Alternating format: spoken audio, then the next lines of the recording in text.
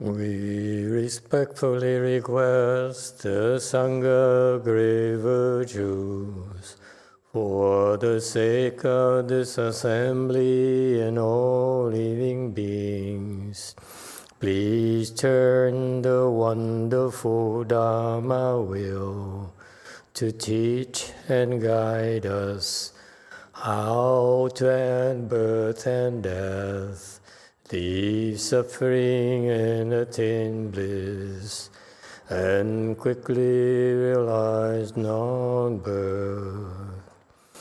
Cung thính đại đức tặng thịnh, vì thứ pháp hội cấp nhất thiết chúng sanh. Tịnh chuyên diệu pháp luân giao đạo ngã mùng, như há liêu sanh thoát tư lý khổ đạc lạc, tất chứng vô sanh. Homage to the Blessed, Noble, and Perfectly Enlightened One. Nam mô Sa Đan Tô Sư Chế Đô Ye La Hư Đi San Miao San Pu Tô Xie.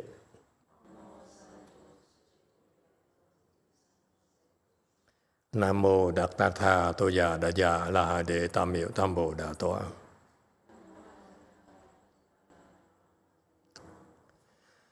The unsurpassed, profound, subtle, and wonderful Dharma in 100,000 million aeons is difficult to encounter. Now that I am able to see and hear, I will receive and maintain it. I vow to fathom and thus come one true as actual principles. Wu sheng sheng sheng wei miao fa bai jian, 万劫难遭遇，我今见闻得受持，愿解如来真实义。O Buddhas and Bodhisattvas, great Master Ting Liang, late Master YongHua, all good monks and nuns, and all good knowing advisors of Emitofuo. 诸佛菩萨、精良大士、师父、上人、各位出家人、各位善知识，弥陀佛。Chư Bậc Bồ Tát, kính thưa Thanh Lương Đại sư Hòa thượng Tiến Hóa, quý thầy cô và quý vị thiện tri thức A Di Đà Phật. Hello everyone, today is the 8th of September 2023. We're here at Wei Mountain Temple to continue discussing the prologue to the Avatamsaka Sutra prepared by Master Ting Liang. We're on slide 566. It's a long one. And it goes on and on and on and on. I think we should try to brave through it and not quit. I know some of you are considering quitting.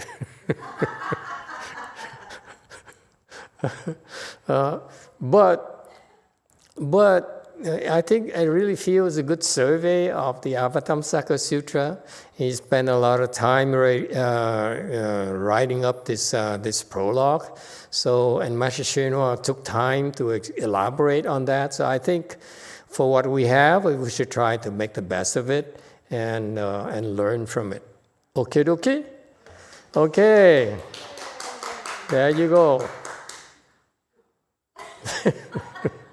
That's my rah-rah girls right there. Yeah, there you go. Okay, 566. If one dispenses with the provisional to establish the actual, the meaning is set to make 4.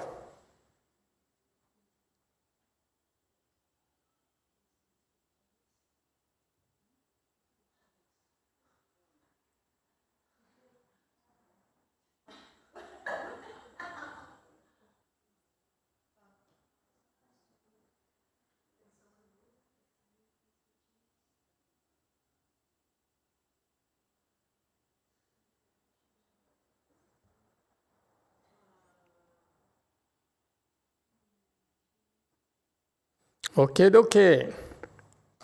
While the Chinese is getting the act together, we just ignore it for now. Okay, 567. We ain't waiting for no one, are we?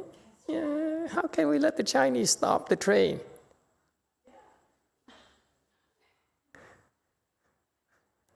Okay, this train is going to Russia with or without the Chinese.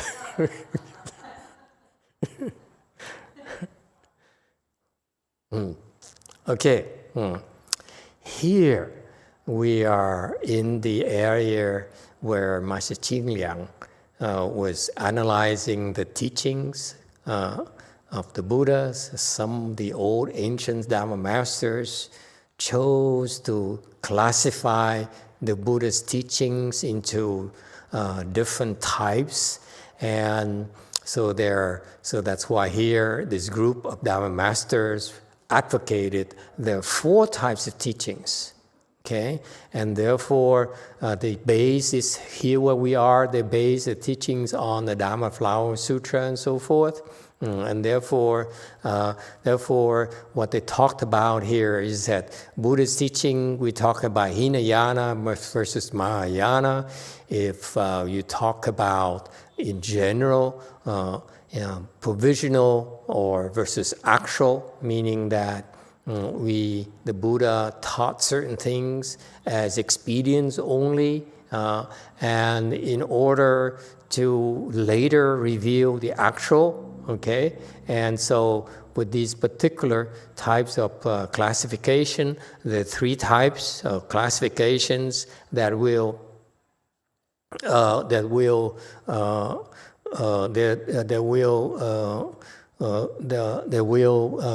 3 types of classifications are the sound hearers teachings, the enlightened to conditioned teachings that would help you become enlightened to reach the pratyeka Buddhahood wisdom, and the Bodhisattva kind of teachings will bring you to the Mahayana enlightenment. So those 3 types of teachings are separate, but when you combine them, then you make 4.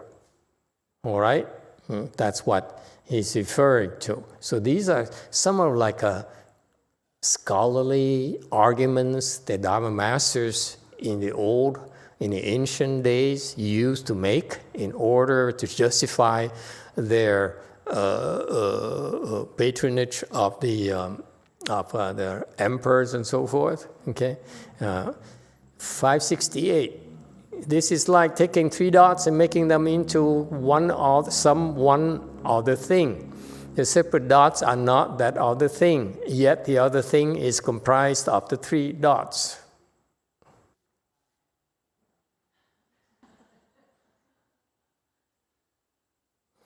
Okay, imagine that we can hear Chinese somewhere in the universe. Okay?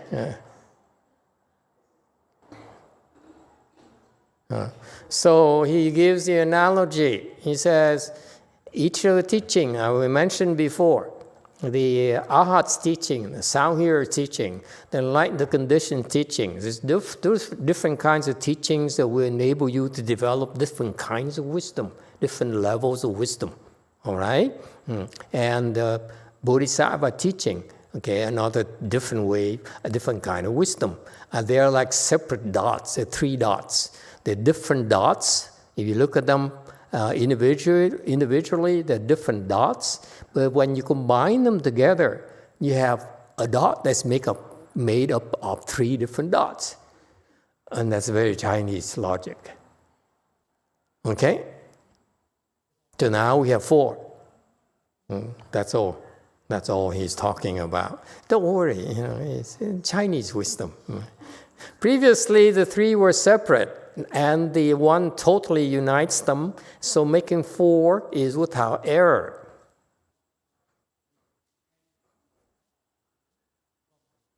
There you go.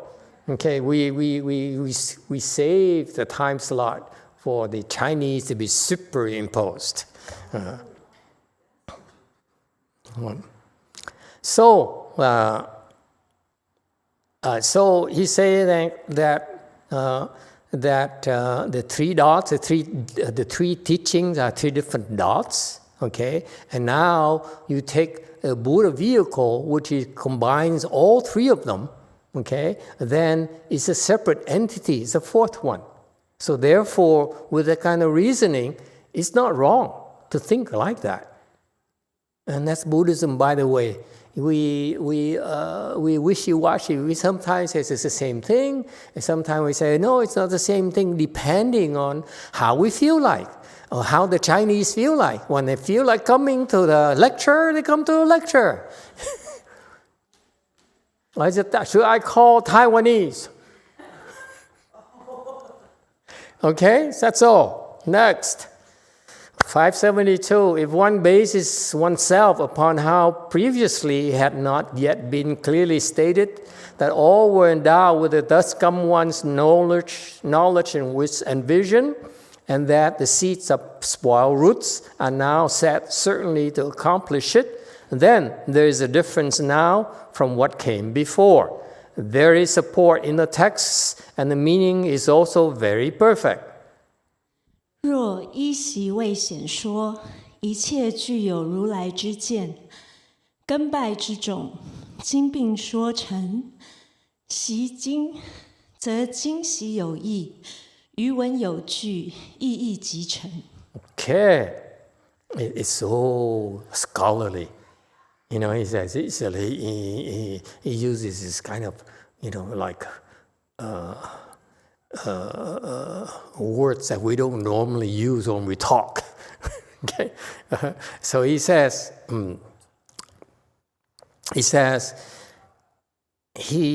this is the reasoning. The logic is very simple. This is how he explains the Dharma. He explains something, and then he cites an example. Okay, so that's how I'm learning from him how to elaborate the difficult principles. When you explain the principles, I hope you're paying attention. And in order to help people understand, okay, you give an example. Okay, don't try to elaborate more principles on top of principles. So this is a very Buddhist way of explaining Mahayana. I hope you pay attention. Don't try like the scholars. Do like the scholars where they use jargons upon jargons. This is what philosophers do. They postulate some philosophy, and then you build more philosophies, more theorems on top of them, and on top, and pretty soon, eventually, it's a house of cards. It's nonsense. If the first one is false, or any of them along the way is false, then the whole is just a house of cards. Okay? So he says here, before the Lotus Sutra was spoken, Lotus Sutra, Dharma Flower Sutra, all the other sutras only beat around the bush. It's only until the Dharma flower is explained by the time that the Buddha is ready to leave. He says, I've been talking a lot to you about Prajna wisdom, Buddha's wisdom, Bodhisattva's wisdom. But let me tell you, the ultimate teaching is in Dharma Flower Sutra. So he says, for the first time, that all of you are endowed with the Buddha nature. So in the Lotus Sutra, on the Dharma Flower Sutra, that's when the Buddha first specifically said, you have the Buddha nature, all of you. So that's very important. That's monumental. It is so important that we can no longer look down upon the arhats, the enlightened, the conditions, the bodhisattvas and so forth, or even the non-enlightened beings, or the people who don't understand Chan, and so forth. We cannot even look down upon them. We should not judge them. All right? Because they all are endowed with the Buddha nature. Even losers, that I call losers, are endowed with the Buddha nature. Yes, 8. Master, the seeds of spoiled roots, Would you explain more? What is he referring to? I'm glad you asked. 574. Okay. So, Buddha says, using my Buddha's vision, okay, you guys look at things and you are attached to marks. You're confused by marks, okay? Because I use my Buddha's wisdom, and therefore I see that that in the prior teachings, where I taught the sound hearers, the enlightened conditions, okay, those are expedient teachings. There are expedients only, because if you hang on to them for dear life, okay, and refuse to let go of them, they are spoiled roots. They become spoiled roots. They will be harmful to you. They're not beneficial to you.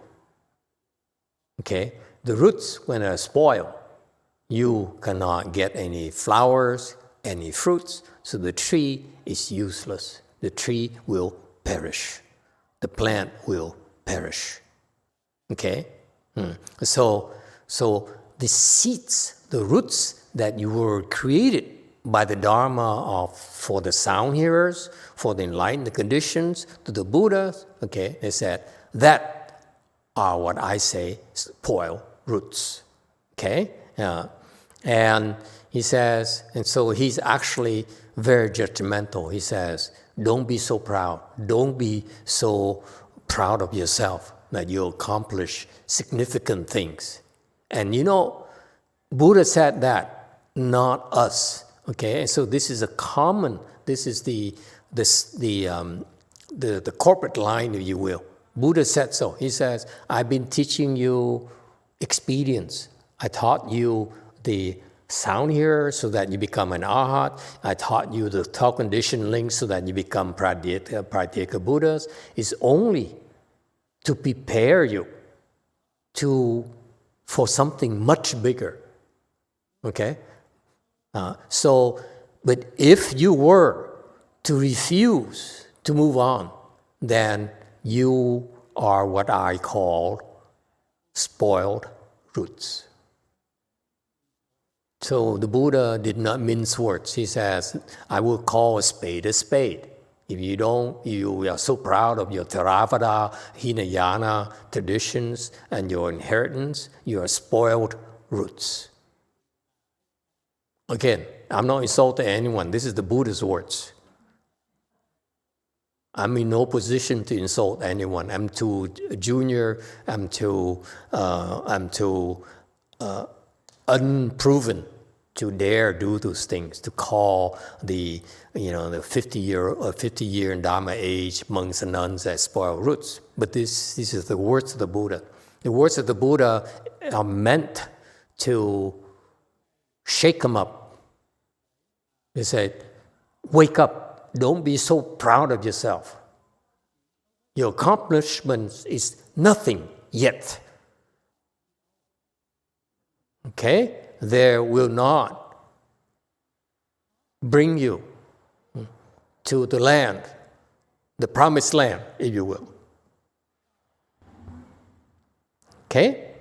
And see, again, in the previous teachings, during the period of when he taught the Agama or the Arhat's teaching, sound hearers teaching, or the enlightened condition teachings, and then the next we have a Purya teaching, which is called connective. We go to this period a little bit later. These are actually nice jargons to know for your general survey, so that you are not confused or impressed by the scholars who throw words at you. Okay, at least you heard it here. Okay, So Vapulya period is called connective teaching. Prajna period is called separate teaching. It will be mentioned a little bit later as well. And you said that there's a difference, but actually I'm telling you that these low-level people, agama people, sound hearer people, enlightened conditioned people, they may be called spar roots, but they also have the Buddha nature. Okay, and therefore, do not sell yourself short. Do not look down upon them. Okay, and this is proven in the text, in the Buddhist texts. Yes, 8.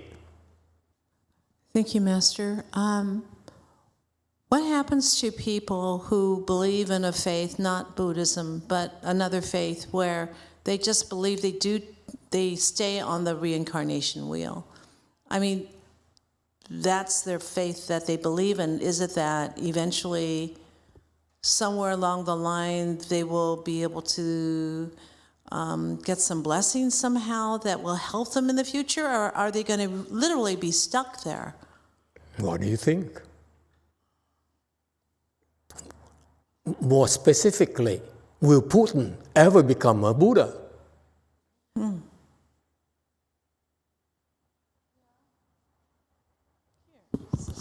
What about these people who don't believe in the Buddhist principles at all? Will they ever become a Buddha? Yes, 8. I think they will become a Buddha one day, but it will take a really, really long time. And also, you're an optimist. Yes. And also, Buddhas and Bodhisattvas are really working hard to spread this, to teach them. So eventually, they'll have a chance to get taught by Buddhas and Bodhisattvas.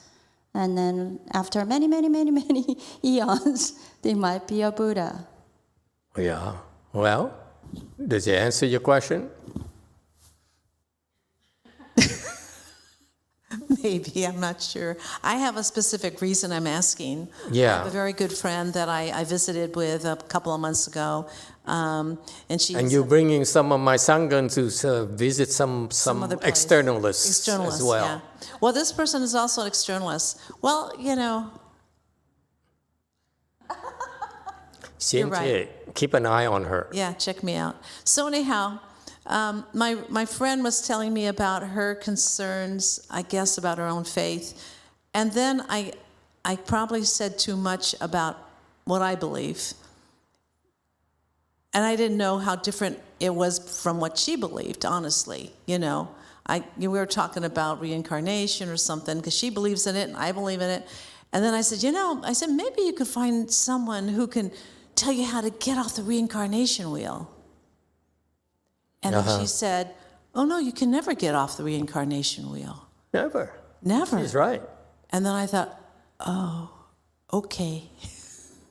What can you do? And then that's a good point. You see, she's kind of beating around the bush. She says, I have a friend. She asked her general principles. Actually, she's driving at this friend of hers who's an externalist who says, I don't believe in getting out of. It's possible to get out. Right. Okay. So her point is there a way to help her? Yes. Even though they don't believe. And yes. Okay.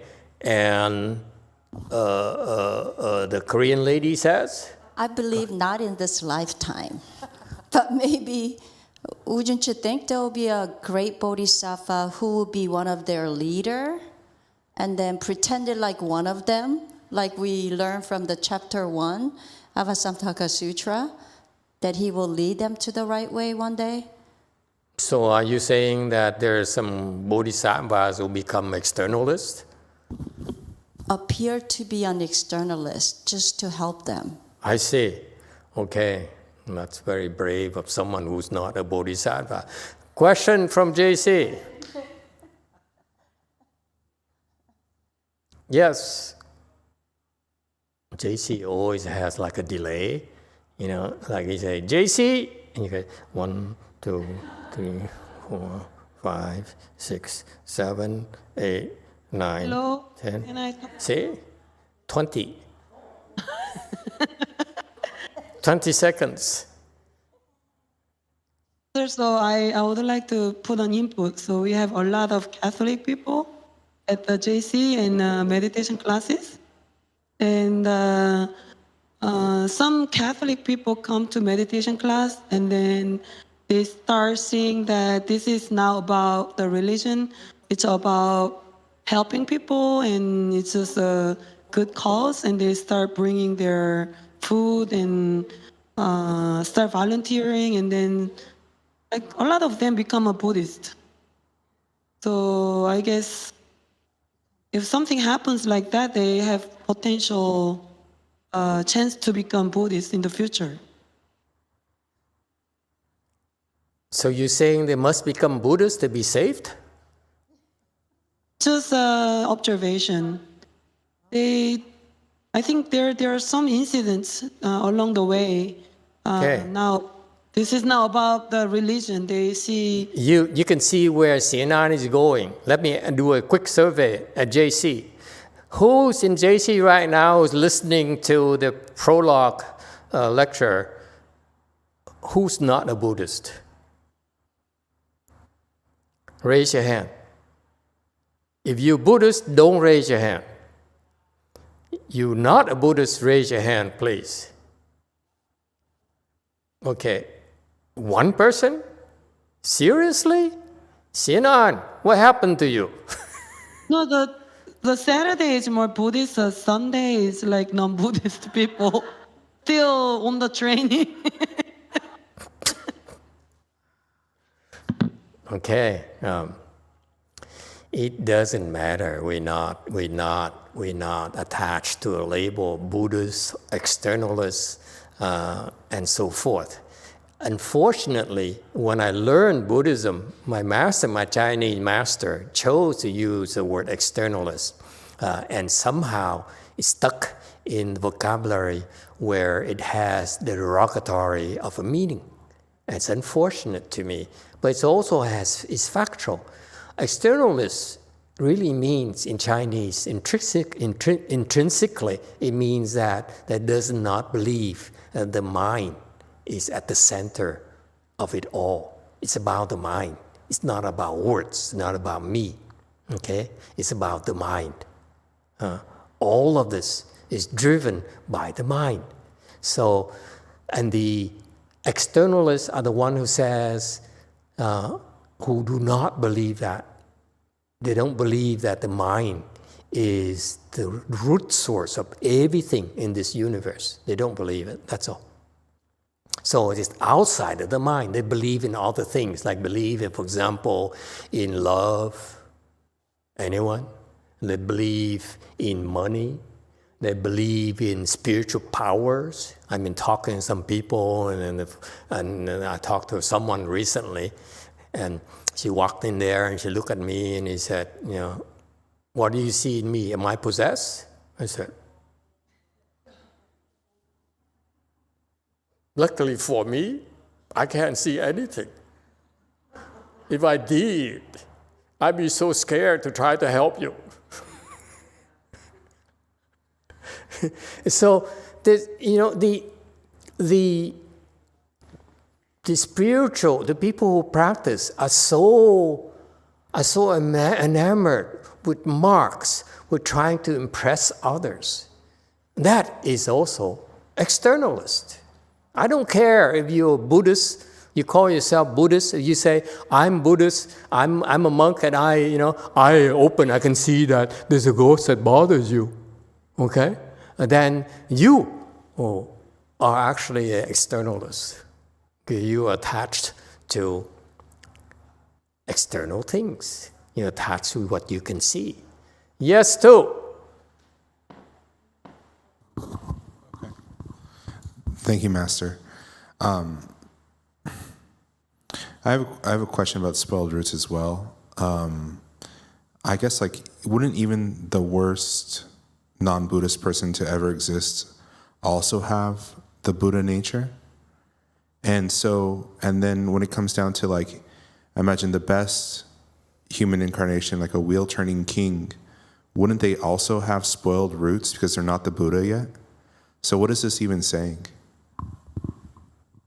First of all, even the worst person, let's stay away from politics. When I talk of a worst person, I can think of a couple. Never mind, okay? I give you time to think about who those two are. One is in America. Just kidding.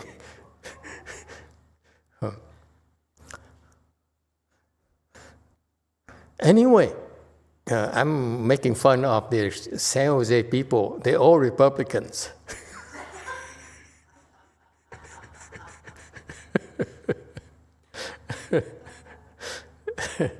Never mind. Okay, it doesn't matter. The worst people, including, there's no one worse than the demons. Demons are extremely dangerous, a lot more than the two I mentioned. The two are just disciples of the demons. Okay? Even the demons have the Buddha nature. Even the demons can become Buddhas. So it's a matter of time. How is it going to happen? It's going to happen because Buddhas and Bodhisattvas have wisdom. There's no problem they cannot solve. Okay? If they decided to save you and help you become a Buddha, you cannot escape the claws.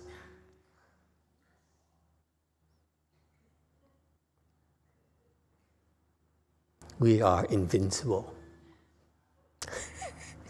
Okay? It doesn't matter what you call it, externalist, non-externalist, Theravada, Mahayana, whatever.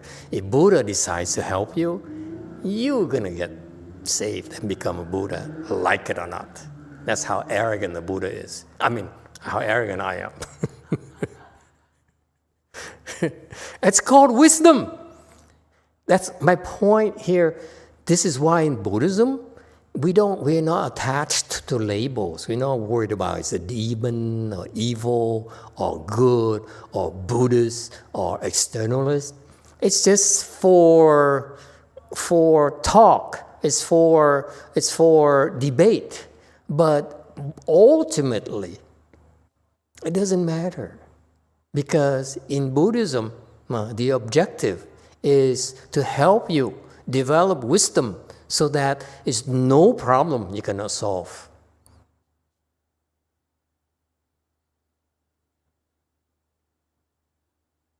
And if you can't, move to Russia. Or New Zealand. I heard they're recruiting Americans. Okay? So don't be so attached to labels.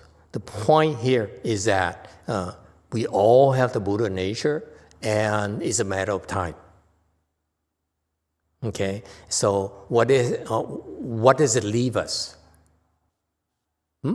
If Buddha says, "Hey, it's nothing that can stop me," okay, you all will become a Buddha in time. So what about us? If Buddha is taking care of it, why do we have to bother? Right? No, you don't even bother. It doesn't bother you. You say, if Buddha is going to take care of it, Bodhisattva is going to take care of it, then I don't need to do anything.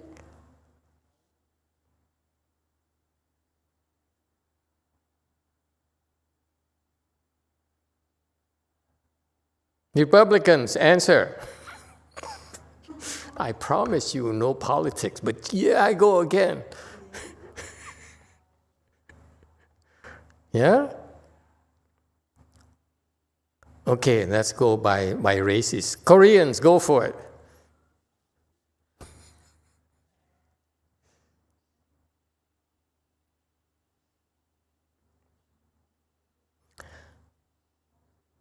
We are part of the Buddha's strategy. That's the genius of it. He says, these people who don't believe, I will help them become Buddhas. Okay? And in that process, I help you become Buddhas faster. By helping them, you become Buddhas faster. That's all. So we all are part of the big picture. Okay? Does it help? Don't think that, I can figure it out. Trust me.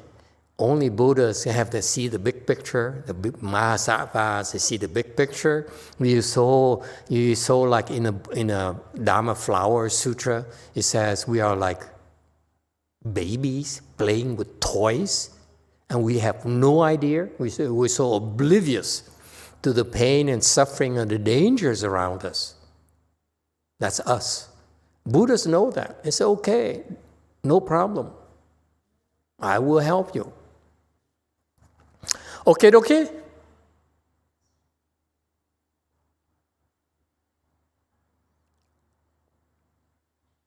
How do we get here again? Okay. So moving on. 574. So the spoil roots, okay, refers to the fact that if you reach sound hearers like an arhat, you reach Pratyeka Buddha, like enlighten the conditions, those teaching, those people, those positions, they have some wisdom. If they refuse to move on, they become spoil roots. Okay?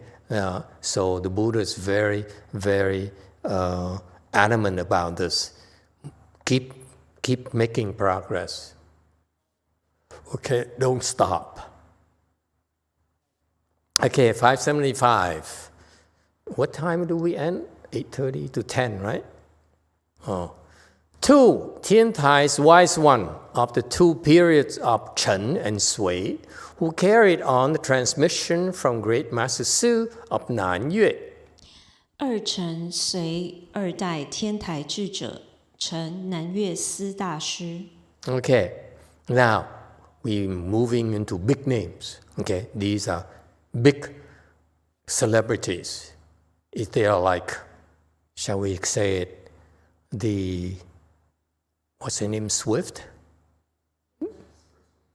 Huh? Taylor Swift, thank you very much. I can't get a ticket in her concerts. Can you? Anyone has tickets? Never mind. Okay. Yes, question from JC. You guys don't live at all, huh? You just go to the temple, listen to Dharma, go home and be happy? No concerts? No James Bond movies? Yes, JC.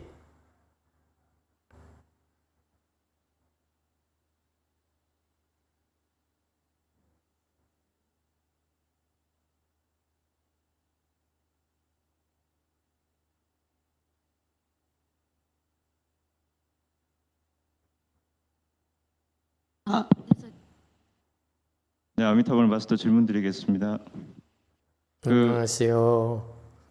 I've been criticized that my Korean has ups and downs, so I'm trying to learn. 안녕하세요. 안녕하세요. Hello, 마스터. Hello. 보통 대승에서는 보통 과위를 얘기할 때 52과위를 얘기를 합니다. 보통 이제 10신, 10주, 10행, 10회양, 그다음에 10지, 그다음에 등각, 묘각 이 52과위가 나오는데요. 성분과 가위에서는 다 아시다시피 수다함, 사다함, 아남, 아라한으로 되는데 이제 아라한 과위 다음에 이제 대승의 과위로 넘어갈 때 바로 이제 10지, 그러니까 보살지로 넘어가는지 아니면 주나 10행, 10회양 이런 어떤 대승 과위로 어디 과위로 넘어가는지가 궁금합니다.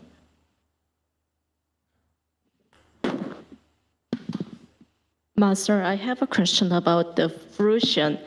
in Mahayana, there is a 52 fruition. And then in Hinayana, there are four states arhat, 4 kinds of arhat. And then after arhat, the next fruition is 10 ground, or can we go to the 10 dwelling or 10 transference? Okay. The what? Say it again. The don't help her. Fruition. The Fruition. Say it again. Fruition. Ah, much better. See, you need more practices. Say it one more time. Fruition. Very good. So, what was your question again? So in Mahayana, there is a 50 fruition, 10 body, 10 dwelling, 10 conduct, 10 transference, and 10 ground. Yeah. And then in Hinayana, we have 4 kinds of arhat. So after arhat, after 4 stage arhat, do we go to the 10 ground, or can we go to the 10 dwelling or 10 transference? After you get the 4th stage arhat, I will give you the answer, okay, that will settle this problem once for all. After you get the 4th stage arhat, you can go anywhere you like. Okay? So don't worry about, this is actually, I'm being facetious, I'm joking with you. This is something that bothered me too. At some point in time, I think I reached 4th stage arhat. No. At some point in time, I reached 8th samadhi. And after 8th samadhi, I said, so now what? What am I supposed to do? There's no books at all in Chinese or that's translated into English. What to do after 8th samadhi? Okay, and so I was stuck. I said, "Oh, should I go to 10 grounds? I should go 10 transferences. I go to 10 faith, 10 dwellings, or whatever. All these words are meaningless." Okay? They don't matter at all. Okay? This is a problem. The YongHua, like many people, of course I understand you want to have an idea of where you're going and so forth. But before I answer that, I ask all of you. Okay? You didn't hear of the connective teaching. We didn't hear about, all these fancy concepts that Master Ching Yang has been talking about at all. And yet, I said, oh, you're 4th stage arhat. Oh, you are 2nd ground. Oh, you are 6th ground, and so forth. My point being that it's not the words, it's not the names, it's how to get there. And the way we did it, the way they did it with you, is to find a pathway for you to get there without worrying about the names, without worrying about the details. Does it make sense? It's very much like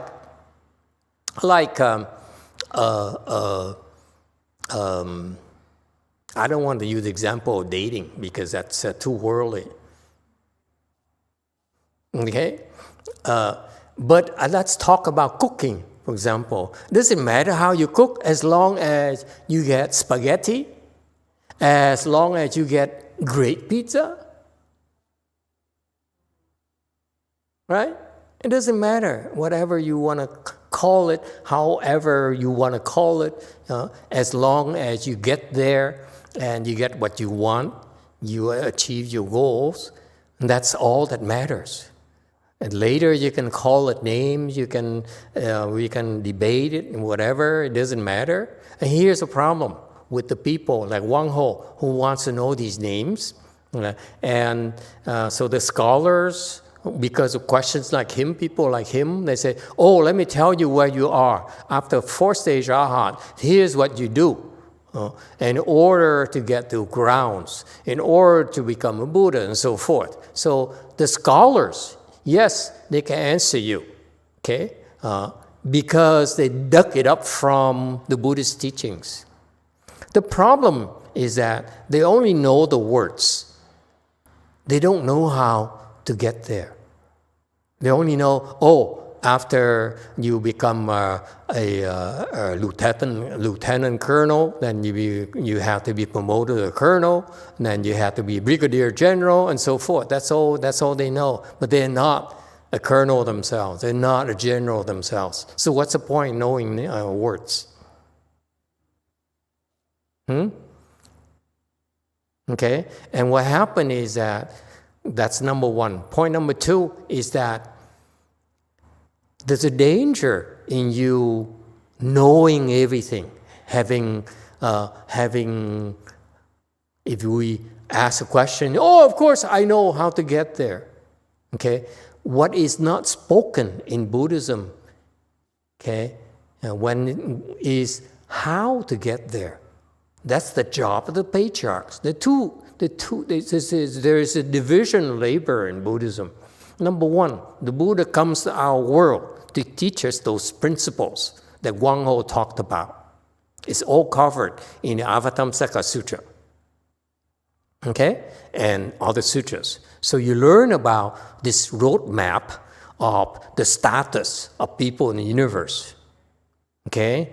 Fourth stage Arhat is here, third stage Arhat is here, okay, and so forth. Depending on where you are, there's a hierarchy of statuses, of statures that is recognized in the universe. It's not that you president, you secretary of state. That doesn't matter in the universe. Those are for the worldly people. For the real world, where the real power, where people wield real power of life and death over you and about your future, okay? And time, the timeline infinitely, they wield that kind of power, that vision over you, okay? Those people are the one they have recognized as having statures. They're statures because of, not because who they know or how much they have. It's about their statures because of the importance of the things they do for others. Am I making sense to you? For your world, you have your stature, your status is based on your assets, based on your popularity, based on your looks, okay, your longevity, and so forth. That are false. They are not that important in the long haul, okay, because eventually you will lose your looks. Like Judge Judy says, beauty fades. You don't watch Judge Judy either, clearly. What is the matter with you? You are the most boring Buddhist disciples I've ever met. Judge Judy, at least watch one episode. Okay. And you want to know about fourth stage Arhat, what happened after fourth stage Arhat? I'm more worried that you don't know about Judge Judy. Just kidding, okay? And so the problem with the people, so the division labor, the Buddha's job is to give us wisdom, literary wisdom, okay? And explain the Dharma to us. That is the description of the universe. But he doesn't tell you how to reach those milestones.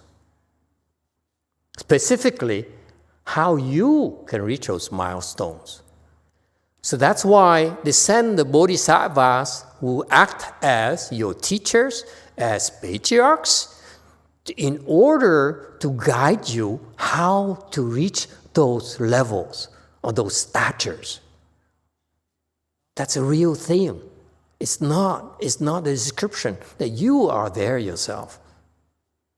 You are those beings. It's not just words. Okay? So that's why in Buddhism, there are two kinds of knowledge. The knowledge of names, of words, of jargons, like the Buddha teaches us, but also a secret of Buddhism that no other religion has is the knowledge from the bodhisattvas, from the patriarchs, who would help us reach those fruitions. Right, Sangwok Sunim? Say it again.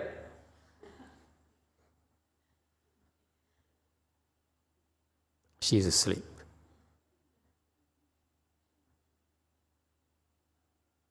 Sangwok Sunim, I'm waiting. Fruition. She thought she could get away with it. Okay, very good. Your English is better than my Korean. Okay, so that's why this is what I found fascinating about Master YongHua. That he stressed, he's the only one, the only patriarch of recent memory who specializes in telling you how to reach those fruitions. Whereas the other teachers and patriarchs, their methodology are not that effective. I just to drop names. For example, his predecessor, Master Xu Yun, does not describe in his teachings clearly the recipe how to get to those fruitions. He only describes in general. Okay, so patriarch has different levels as well. The kinds of accuracy, the kind of effectiveness in the instruction is what separates patriarchs. They're not all the same. All right? And so that's why when you ask those questions, I can elaborate all you want, but that's not going to help you how to get there. My personal preference is to get you to reach those fruitions, and then you can go look and read the words yourself. And you can then know exactly what those words mean yourself. Okay? Instead of simply regurgitating someone else's words. It's not yours. Okay? It's not real to you. Your words are not real to you. There's only someone else's words. Whereas after you have real wisdom, you really are there. You went through it already. So when they describe, when you go back, or you read up on the description of those fruitions that the Buddha talked about, and you say, I've been there. Yeah, I've been there. Yes, I've been there. My point being that you don't need to know those fruitions, the details of those fruitions. All you need are instructions and methodologies to break through. And that is much more efficient than being stuck on the fruition because of something called the obstruction of what is known. That's one of the biggest, if not the biggest, stumbling block in the training in Buddhism.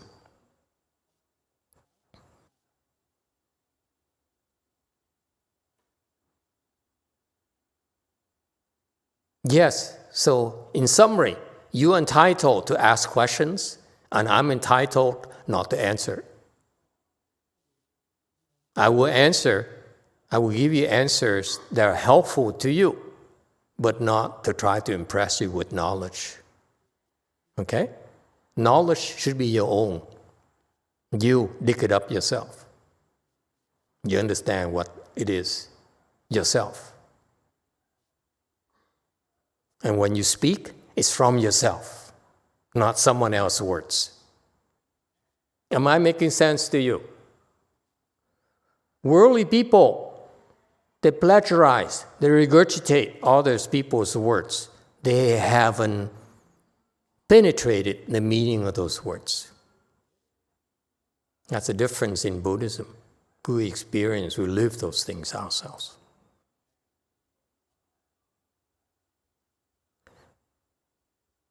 All right?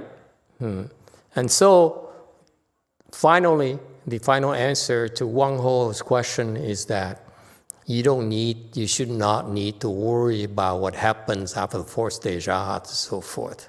Okay? Once you get there, you belong to a special group of people where now we are taking you a lot more seriously.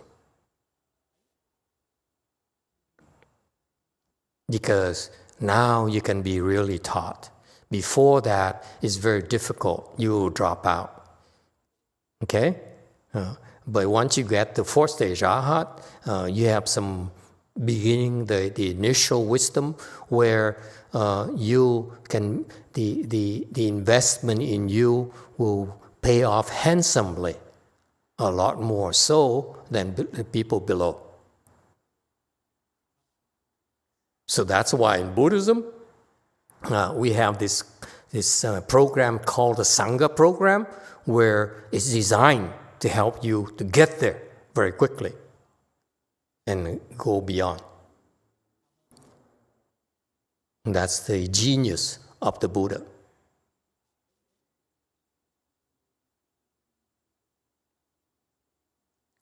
Okay. But that's a shortcut. Whereas lay people, you can also get there, but it's more difficult, a little bit longer. It takes a lot longer because of a lack of single-mindedness, because of a lack of dedication. You are committed to taking care of others than yourself. So that's why you have divided attention, you have divided loyalty.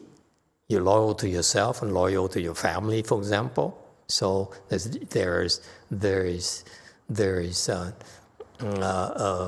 division of resources.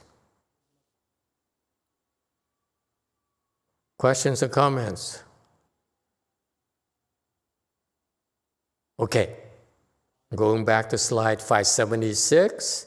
So the second group of Dharma masters who advocated that the Buddhist teaching can be classified into 4 groups.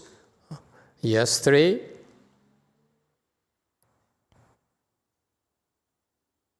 From Nacho, do we have to cultivate or do things differently depending on our level? What do you mean differently? Like you don't eat when you reach a certain level?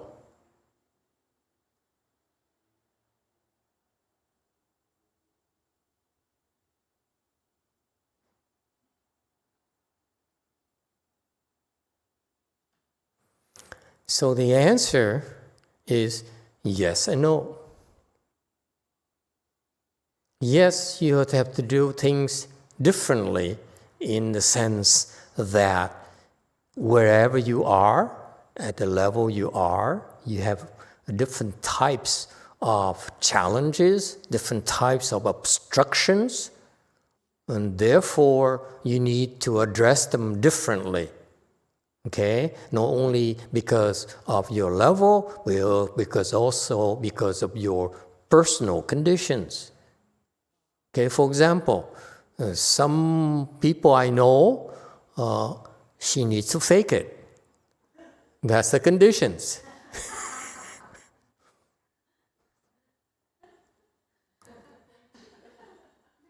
The Koreans don't find it funny at all. Look at that.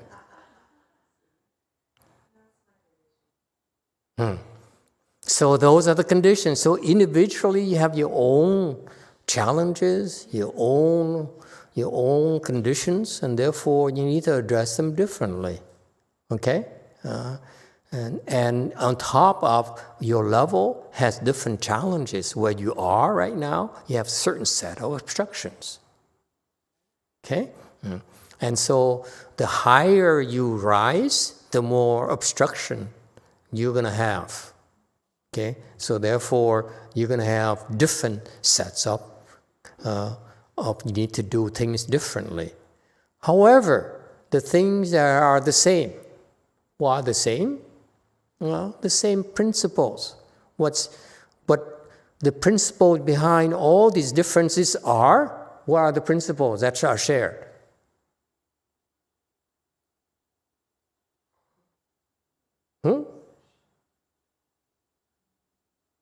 What do you all share the same? That are the same. Seriously?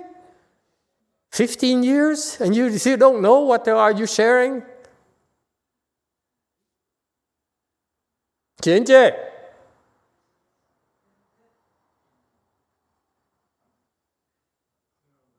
You are not clear? Sorry, I wasn't clear on the question. When you cultivate, I said there are things that are different because you have individual conditions, but those things are the same.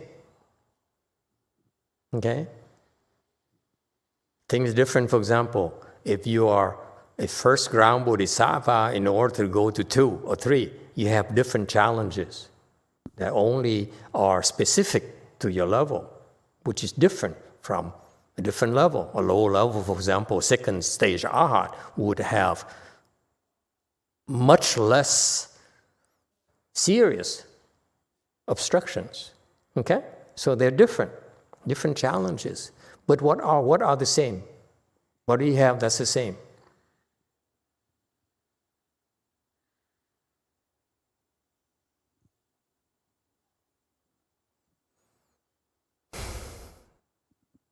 Yes, too. Thank you. I know, usually Diego's, it's because in Colombia. Yes, too. It's the same as in America. Or Mexico. You take refuge with the triple jewel and the 10 paramitas. What about the people who don't take refuge in the triple jewel? Why are they listening to this? Because they have nothing else as entertaining as my lecture.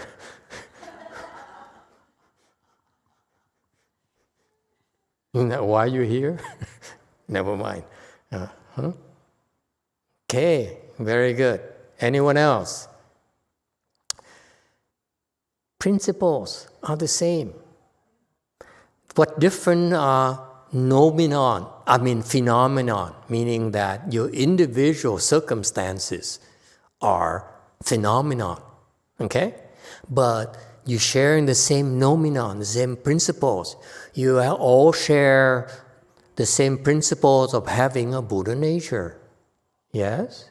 You all share the fact that you can practice the 6 paramitas, the 10 paramitas. Everyone can practice it. Okay? It's not reserved for just anyone. You could be Buddhist, could be non-Buddhist. You're all practicing the paramitas. Even the Catholics or the Christians, when they build a church or build a temple, when they do charity, that's a giving paramita. Same principle of goodness. Okay? So that's why they're both similarities. You have common things versus different things as well. Did I answer the question? Okay, I assume I answered the question. It's like talking to a wall.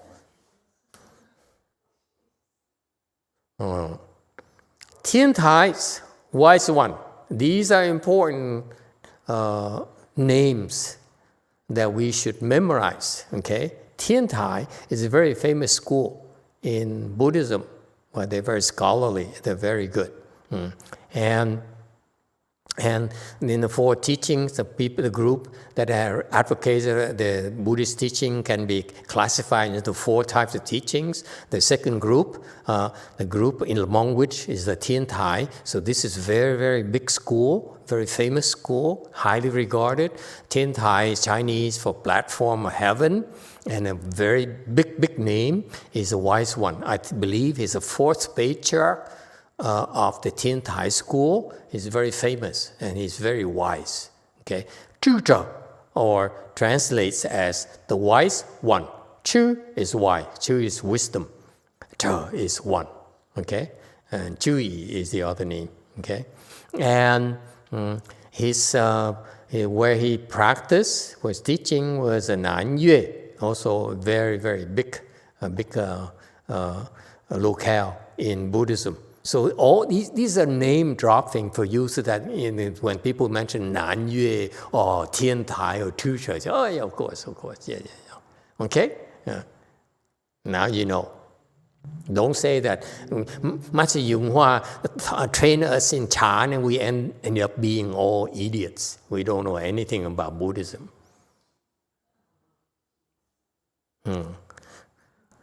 All right.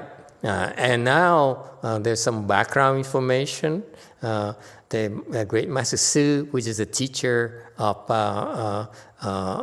Master Chuta, okay, and he was also at Nan Yue, and he says this is the tradition, beautiful tradition, outstanding tradition of Chinese Buddhism that you don't see it anymore. And you rarely see it outside of China. Okay, that is at the time of Master Chuta.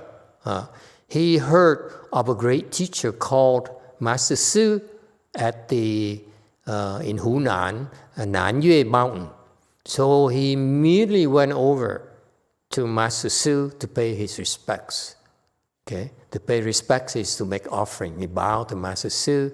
Okay, he went over long distances to go and pay respect, bow to him. And this is the tradition, a beautiful tradition of Chinese Buddhism back then, where when you hear of a wise teacher, you're supposed to make the effort to go there and pay your respect. And hopefully, if he deems you worthy to be taught, he will teach you. Okay? So hit and miss. So back then, the great names are dropped by the monks and nuns.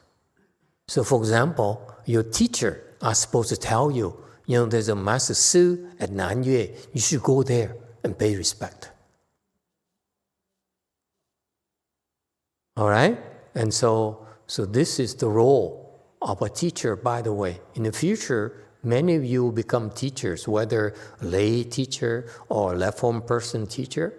You're supposed to drop names. They say, okay, here's the second patriarch, a third patriarch, fifth patriarch. You should go there because those are certified teachers.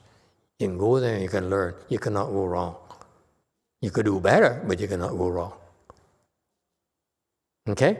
Yeah, so what happened to Master Chuta is that we heard Master Su at Nan Yue, so we went over there to pay respect. That's all. This is a very, very simple thing. You go there to pay your respect, mean you bow. You not go there to say, can I stay at your temple? Can I, have a cup of noodles? And so forth. No, you go there to pay you. To honor him, to pay your respect. And Master Su looked at him and says, oh, I've been waiting for you. Okay? Because we used to cultivate together at Vulture Peak under Shakyamuni Buddha. That's thousands of years ago. Okay? And we went up to the Vulture Peak, which is reserved for people with wisdom and spiritual penetration. Otherwise, you cannot get there. So he said, we were co-cultivators, okay? And so Master Su recognized him and certified him. We have affinities, okay? And meaning that he said that he basically told the Master Tutor that your potential is not ripe yet, but you get there. Okay? It's a sort of like a prediction, if you will. He says, right now you're not there, but in the future you reach a much higher level. Okay? And so Master Tutor was very encouraged. This is very important. You have to understand, before you have wisdom, normal people lead confused lives. I talk to people, and they come to me and they said, Master, how to look for a job? Should I hang on to my boyfriend? And you hear the story, should I divorce my wife? Should I give up my son? And so forth. You hear these stories, you see that people are these issues weigh so heavily in their hearts that they are exhausted because they're so worried about it. It consumes them. And therefore,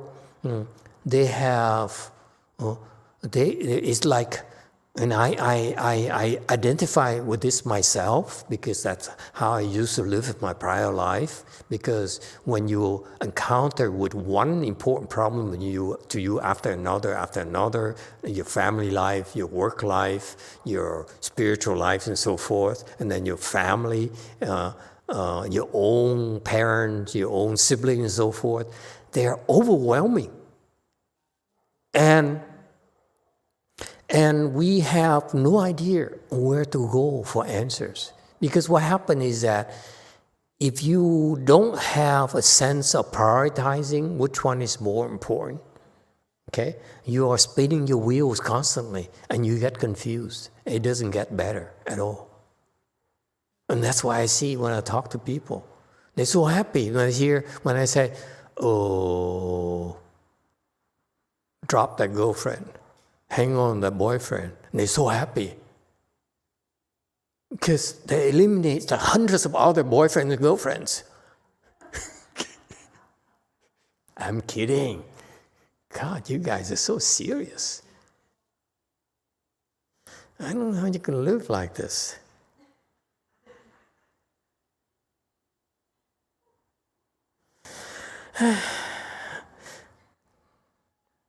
Okay, so that's why that prediction there, that it's an encouragement. It says, you are struggling, and I understand you're struggling, but you will rise above it. Continue. And that is so important. It's so helpful. A lot more than ordinary people have, because ordinary people have is I ask their best friends and they consult with their girlfriend, and they said, girlfriend said, oh, but I love you, don't abandon me. Okay, and so forth. And so the fact that you go see a good no advisor like a great Master Su of Nanyue, and Master Su says, you are special. That gives you so much confidence to continue in your course. And that's what Master Tutor did. He came back, okay, and he continued his cultivation, his practice, probably a lot more seriously, and then he happened to focus on the Lotus Sutra. Okay, he was reciting a Lotus Sutra. Mind you, we're not talking about Chan here. We're not talking about Wei Yang lineage here. We're talking about reading a Lotus Sutra. And that Dharma right there is so powerful. Okay? because all those are the teachings from the Buddha. And so he was reading a Lotus Sutra over and over and over again, reciting a Lotus Sutra. You know that? That's what he was doing, reciting it, cycling through it. Okay? And that's his Dharma door. And he, as he was doing it, he reached a chapter where, a section where the medicine king Bodhisattva burned his body as an offering to Buddhas. Okay? Actually, there's a medicine king Bodhisattva who decided to make an offering to the Buddha. So what did he do? He wrapped his body with gauze and put oil on the gauze, and then he lit himself. And his body burned for aeons as an offering to the Buddha.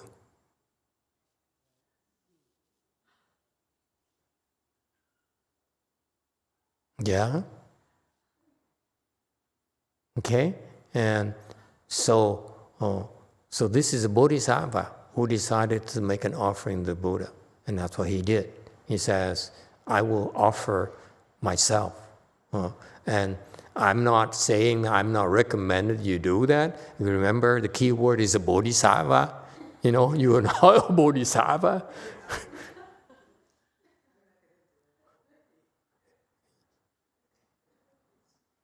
Because if the heat bothers you, or the root canal bothers you, don't burn yourself.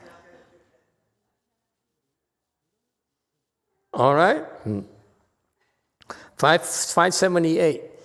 And so the lotus flower then says, he says, that Bodhisattva, the medicine king Bodhisattva, burned his body as an offering to Buddha, and the Buddha says, that is true vigor, that is his true offering of Dharma. Okay? 是真精进, 是名真法供养. So that's a Chinese thing, and the Chinese expression in the Lotus Sutra. So that's true vigor. Why is it true vigor? Burn yourself.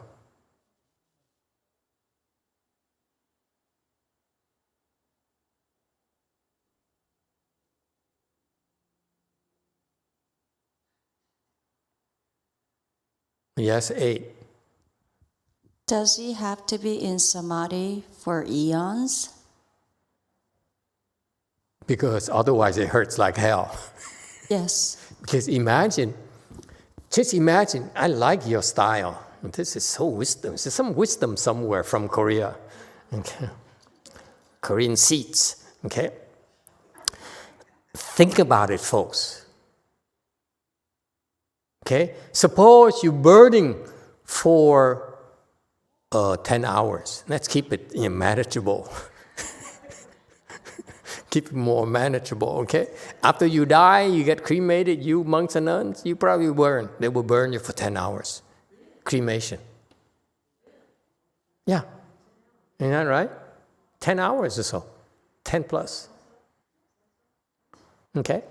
So, 10 hours. To cremate. Cremation. Yes, 3. From Samson Lau. Hi, Master. Going back to Nacho's question, how do we identify the obstructions keeping us from getting to the next level? Is it I never answered that, did I? That's true. Is it important to know what obstructions are keeping us from getting to the next level and working on those specific obstructions? It depends. It's a general answer. Sometimes it's good to work on those specific obstructions. Sometimes you don't work on specific obstructions at all. Okay? So it depends. Depends on what? Conditions. For example, sometimes it's important to fake it.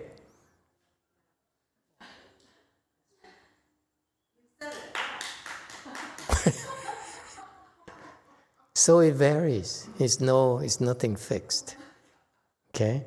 What happened is that if you have no teachers, then the Chinese are taught, and the Hinayana are taught to grind it out. You sit there and meditate, okay? And to grind it out, they grind down the obstructions, okay? That is because that's the only thing they know. Whereas in Mahayana, we have something called sudden teaching, where instead of grinding it out, okay, you actually take evasive actions. Okay? And so you get around obstructions instead of grinding it out. Okay? What happens is that it requires wisdom to know how to evade obstructions or how to address obstructions. Sometimes it's to grind it out, okay, to the point where you can now move on and ignore it until it's time to address it again, because otherwise you will get discouraged. Okay, too slow to keep on grinding it out. So it depends. It's nothing fixed. So the short answer to Nacho's question is that how do we address our obstructions? The short answer is your good knowing advisor instructions will help you address those obstructions. Sometimes it's directly, sometimes it's indirectly. And bottom line is you don't need to know whether it's directly or indirectly addressing the obstructions. Okay? It's better that you don't know. If you didn't have a good know advisor, then again, the only course is to put your head down and keep grinding. And that's what the Chinese Dharma is. What Master Shinwa brought to our country is the grinding Dharma that I learned.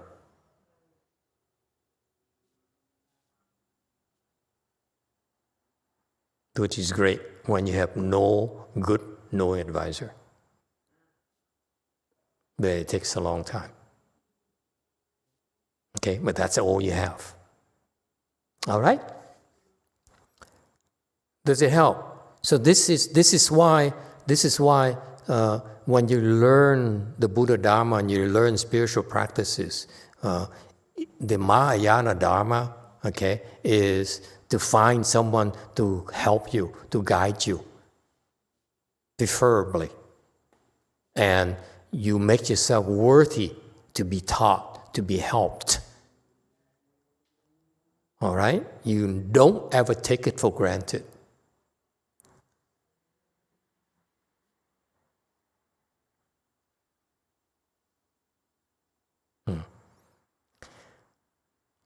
All right, and so it's true vigor. So as I was saying, suppose you're burning for 10 hours, okay? Your body is burning for 10 hours. It hurts a lot for 10 hours.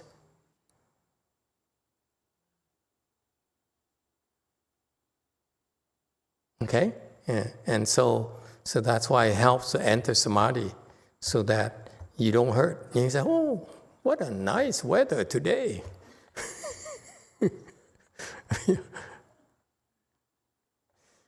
Okay? And so that is called true vigor and true offering of the Dharma. Why true offering of the Dharma?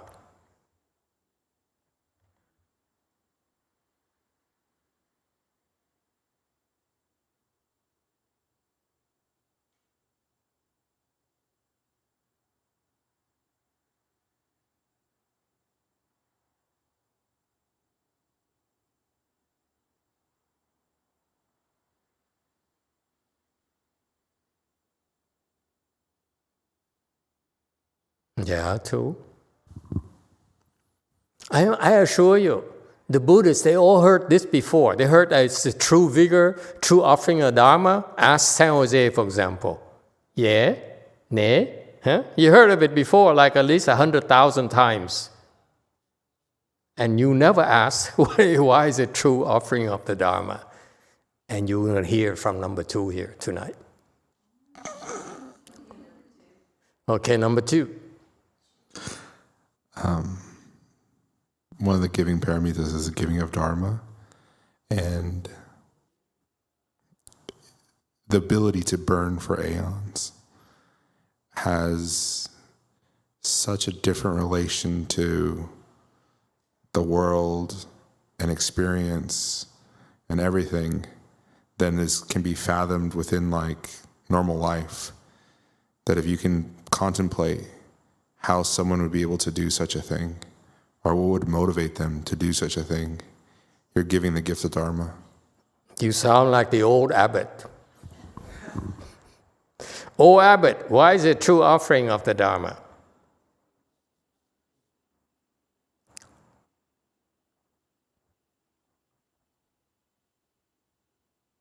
Mỗi người có cái tùy trình độ, nó cũng còn ít nhiều có cái ngã. Mà Ngài đem cái thân Ngài để mà cúng cái đó để đạt cái địa vị cao hơn, để mà theo lời Đức Phật dạy là đi lên cái vô ngã thì lên cao hơn nữa. Thì Ngài dám làm cái chuyện đó.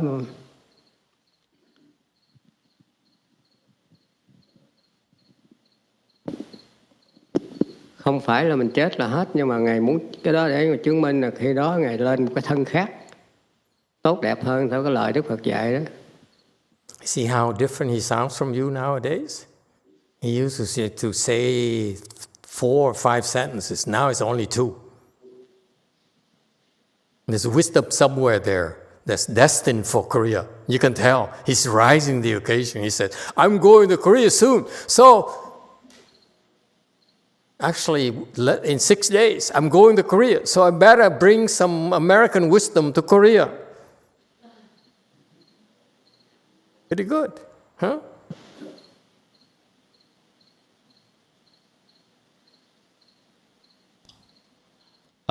Master, everybody have their own level.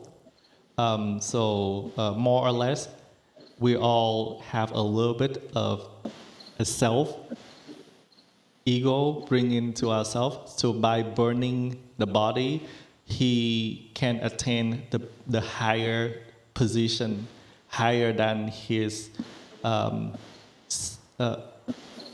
non-self. Based on the Buddha's teaching, he dared to do that. It's not dying is done, but it is that he wanted to achieve a better body, better than the body that he had before. Okay, let me give you my version. Is it okay?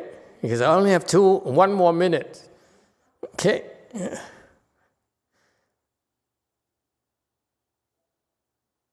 True offering of the Dharma. Say, I'm different from you. I look at the Chinese, okay, because I like the Chinese too. I pretend I'm an aspiring Chinese person, if you will. I wish I were Chinese, but I'm not. Because the Chinese Mahayana teaching is so beautiful. I usually hit myself every day and say, why can't I be Chinese? Why have to be Vietnamese? You can do the same thing yourself. Why am I Korean? Why am I Mexican? Okay, and so forth. So the answer is very beautiful. Gongyang is offering. So it's about offering. Okay, true offering of the Dharma. Okay, what's a true offering? True offering is that the offering that is free from the ego. You no longer are afraid.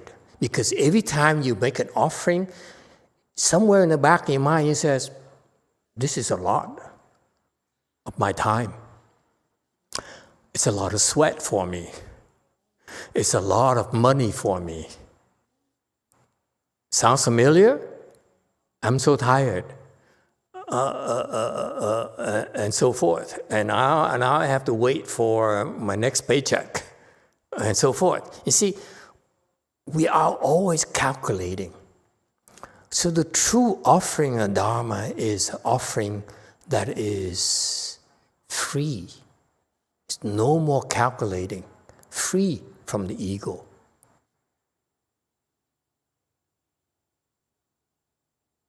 Meaning, you offer the most precious thing you have, which is yourself.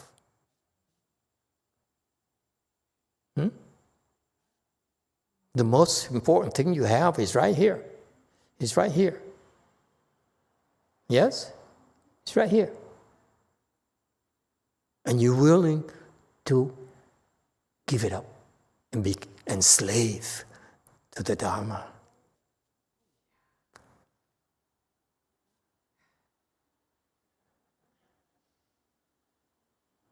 You know what I mean? Don't say that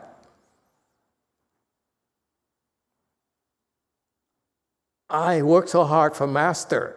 It's not enough. No, it isn't.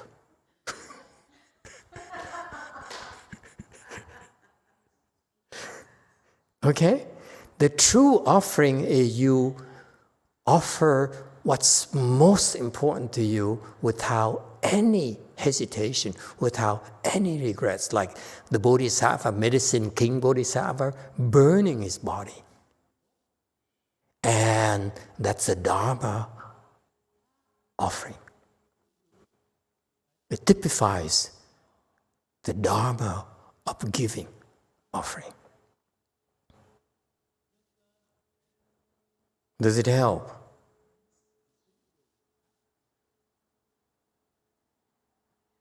You do it by you accomplish it by doing, not by talking. Okay? After all the deliberations, they say, oh, this is advantageous.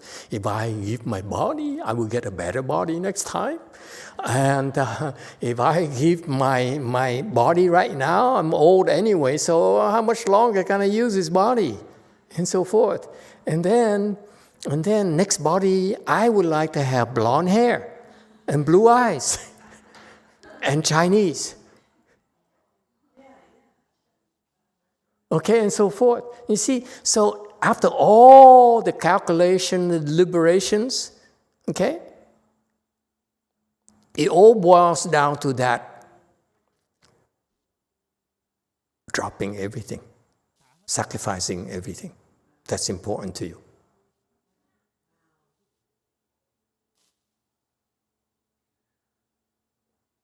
That people only talk about but don't do. Whereas medicine king Bodhisattva did it.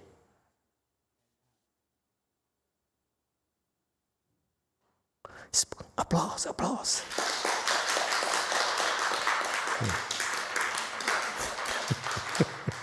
Isn't that beautiful? It's just right there in the simple act of burning himself as an offering. Is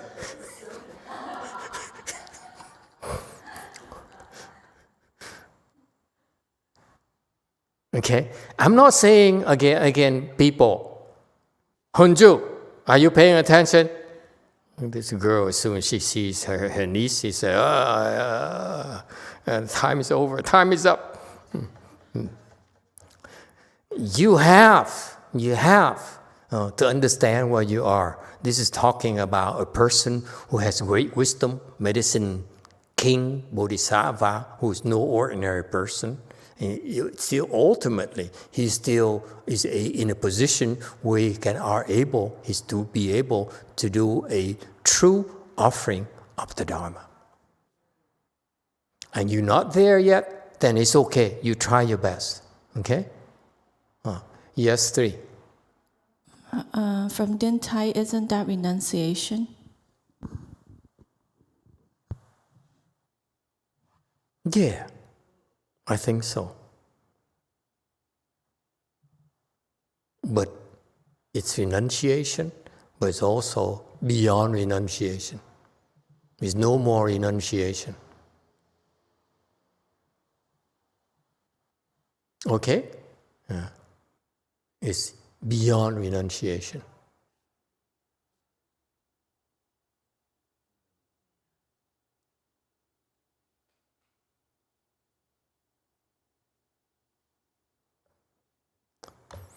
All right, it's nice to be able to share this with you. You all did very well. There you go. Huh? Okay, thank you everyone. We stop here tonight.